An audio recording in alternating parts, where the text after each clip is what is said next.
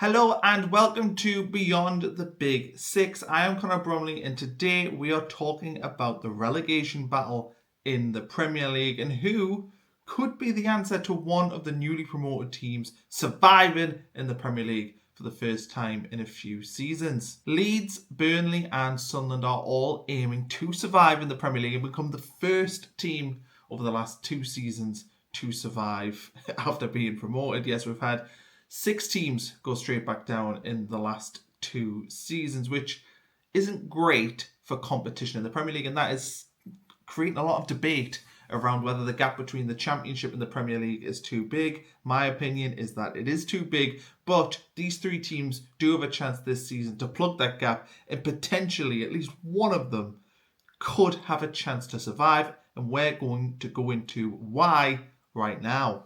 So without going into major detail on all of the transfer dealings of Leeds, Burnley and Sunderland, all of which have probably been the most busy sides in the window so far in terms of adding players, we've seen all 3 go with slightly different strategies. Leeds have went with players sort of in that mid to late 20s mould who are probably most ready to play now. They've signed very, very big players. I don't know the exact heights, but I do know that every single player that Leeds signed seems to be a monster, 6'1", 6'2", upwards, and that is their strategy. They're going to try and bully teams. Sunderland have continued what they've been doing for years, which is essentially just buying young players, young prospects who are going to grow, potentially sell them on in the future, make a lot of money. That is the way Sunderland are going, and they've made some really interesting signings as well. And I think, if you want to look at what they've done, I think you would probably see that they've been interesting. It's fair to say they haven't followed the mould of some previous teams in the Premier League, and I think Sunderland are potentially one of them that's going to be boom or bust. They if these new players all hit the ground running, Sunderland could have a decent chance. But if even 3 or 4 of them struggle, Sunderland will probably be heading back to the Championship. And then we've got Burnley, who have made a lot of their players from last season permanent. They've maintained their squad, and they've added players like Kyle Walker in there to add some experience. And I think Burnley, probably of the 3 are the ones most people I think are more concerned about going straight back down, but that could also be biased to the fact that Sunderland and Leeds have just got sort of a bigger media presence and you sort of hear and see more about them. So which teams could be dragged into a scrap? Well, today I'm going to look at 2 in particular and then raise 2 more who've got question marks over. But the first team I am going to raise today is Brentford. And they have been a stable Premier League team since they got promoted. They've never really been in massive trouble since they were promoted to the Premier League a few years ago. But they've had a summer of upheavals. For a stable club, this has been a massive summer of upheaval for Brentford. They've lost their manager, Thomas Frank, and that is a huge blow. He's been essentially the face of the club. He's the one who took them up into the Premier League and he's kept them there. And he's done such a good job of building such a strong team with limited resources. But he's gone now. Brentford now have Keith Andrews in there. He's an unknown. He's never managed before and he certainly doesn't have the coaching experience at the top level you'd maybe look for. But Brentford are also very smart and they will have scoured the market and decided that Keith Andrews is the person to slot right in there and try and continue what Thomas Frank has done. But my concern with Brentford is the players that they've lost this window and whether or not they can actually replace them. Brian Mbeumo, Christian Norgard, potentially Jan Wissa. They've lost Mark Flecken as well. But they've lost around 44 goals from that team from last season. And I think they scored 66, I think, when I was right and looking. Yeah, so 66 goals last season. So they've lost, 2/3 of their goals. And is there enough in that team right now as it sits to suggest that they can make up even 30 of them 44 goals? And I don't know if there necessarily is. They've obviously got Kevin Schade in there, who's a decent player, and they have made some signings so far. But I don't know if anybody is going to be able to replicate what they had with Mbeumo and Wissa over the last few seasons. And I think that is a massive question mark. And that is something that fans of the newly promoted teams should be looking at, licking their lips thinking, right, well, Brentford look far weaker than what they were last season. And losing 2/3 of your goals is a massive, massive blow. They've also brought in Kelleher from Liverpool, who, on the face of it, that looks like a good bit of business replacing Mark Flecken. But that's adding some more change in there. Mark Flecken knows the Brentford defence, and you're adding Kelleher in there, and if he doesn't hit the ground running, that could cause them problems as well. And I think those are giant question marks lingering over Brentford right now. And Brentford have made some additions. They brought in Malambo from Feyenoord. They've also added Jordan Henderson as well, some experience. They've added a few other bits around the edges and made some players permanent. But in terms of improving their squad, I don't think anybody can look at that Brentford squad as it sits right now. I mean, obviously, there is a while to go before the transfer market closes. But as it sits right now, Brentford are in a very weak position compared to where they were in May. And I think if you're a fan of Brentford, you would be concerned naturally just because of all the upheaval that has happened at the club over the space of just a few months. It's such a stable club, and they've had instability added in there for the first time since they've been in the Premier League. So there is giant question marks over Brentford, and of all the 17 established Premier League teams, they are the one, I think, which one of Sunderland, Leeds or Burnley could potentially overhaul and replace in the Premier League going forward next season. The other team that I wanted to raise, who I'm definitely less concerned about than Brentford, and I do think that this team will stay up, but that is Wolves. And the reason why I look at Wolves is, one is just vibes. I think Wolves have negative vibes generally. I think there's often instability there. Certainly the last few years, they've changed managers a few times, and the squad is quite up in the air. I feel like they do lose big players. They've lost big players this summer in Mateus Cunha and Reynat Nori. So that's two massive players that are coming out of that team. And it's whether or not they can replace those players going forward. And I don't know if they necessarily have so far. But again, we are early days. And at the transfer market, still, they could still add players and improve this team. But the reason why I'm a bit more optimistic about Wolves is that I like the manager, Vitor Pereira. I think he's good, and I think he did a really good job last season. They had a stellar, so not necessarily the end, but the bit before the end of the season, they had a stellar run. They won like 6 games in a row or something.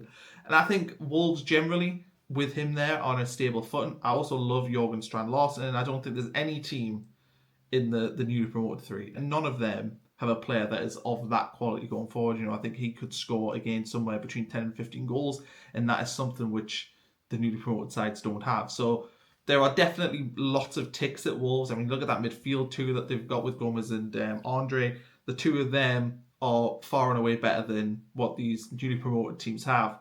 So I think the only reason why Wolves could be in trouble is off-pitch things, and also the fact that the last few years they have flirted with relegation and looked vulnerable at times. And maybe this could be the year where, you know, they maybe don't get the breaks that they've had in previous seasons, and maybe they do have a slow start and they don't quite catch up. But I think Wolves, to me, have a very, very good chance of staying up. And I don't think they'll be in the conversation with 10 games to go. But there is a question mark there. And I certainly think these newly promoted teams will be looking at Wolves early doors and going, are they going to struggle?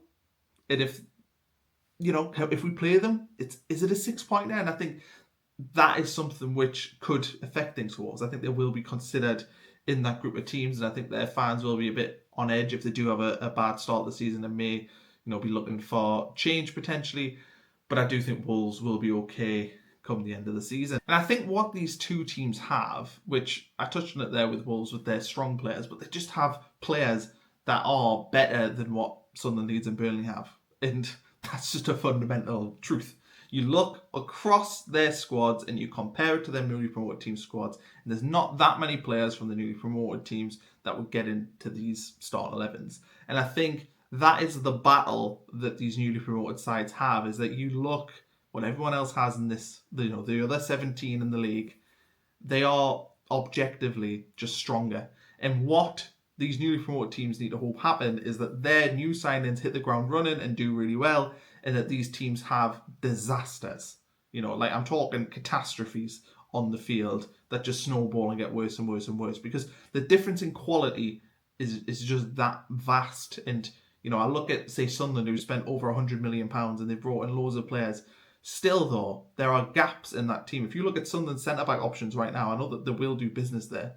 Their centre-back options are not strong. Their centre-back options are not good enough to survive in the Premier League. And you look at what Brentford and Wolves have all across the pitch is better than what Sunderland have pretty much all across the pitch. And that's what these teams are up against right now. And that's true for Burnley and true for Leeds as well. But who else could be vulnerable? I think Everton, who I wouldn't have normally put in here, but if you look at Everton's squad, it's very small. You know, I don't think it's weak. I think they've got a good squad of players. And obviously, again, their squad is far stronger than the newly promoted 3. But they are like 4 or 5 bad injuries away from struggling to name a full squad of senior players, and that's the reality for Everton. I think they probably will add players. They've also got a manager who knows what they're doing. I know he was relegated with Sunderland, a long time ago now, and that is a blotch on his record. But overall, David Moyes, he's not going to be taking Everton down. So I don't think Everton are worth worrying about in terms of potentially going down. But I think they are one worth watching, because if they did have a disaster in terms of injuries, the squad, the reality is not strong enough in terms of depth. They don't have enough depth in there. The other team I would look at, and I've got more concern for these than I do Everton, is West Ham. And West Ham, again, you look at their squad, they've got such a strong squad.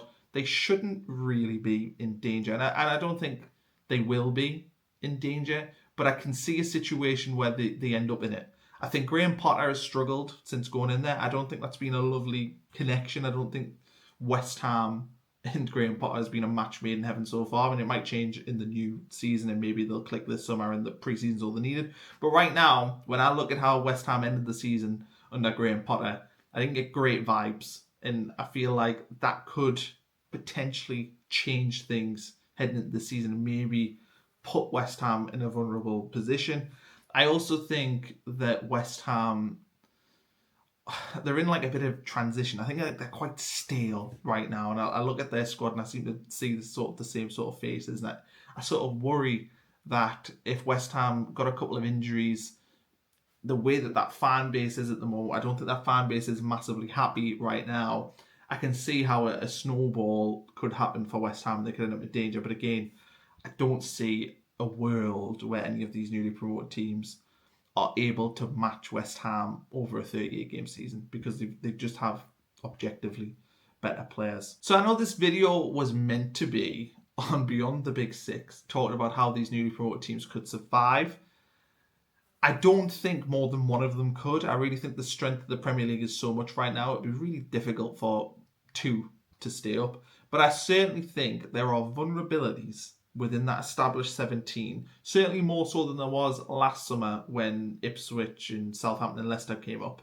I think this season the Premier League has got a bit more of an undercurrent of, I don't know what the word necessarily would be, but the established 17, it feels like there's cracks appearing in some of those teams.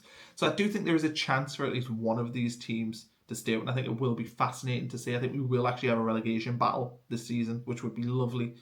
Lovely not to have it done by Christmas. I remember Ipswich losing in January to Southampton at home, and that was it. The relegation battle was done at that point. I don't think that will happen this season. I think these 3 newly promoted teams are better than the 3 promoted teams from last season. And I think that the teams, Brentford in particular, but West Ham, Everton and Wolves, I think they are all slightly weaker than what they were last season. So that should bridge the gap. Will it bridge the gap enough to see one of the established 17 go down? I don't know. But that's going to be interesting to see over the course of the season. So please like, subscribe. Thanks for watching this first video on Beyond the Big Six, and we have plenty more going forward.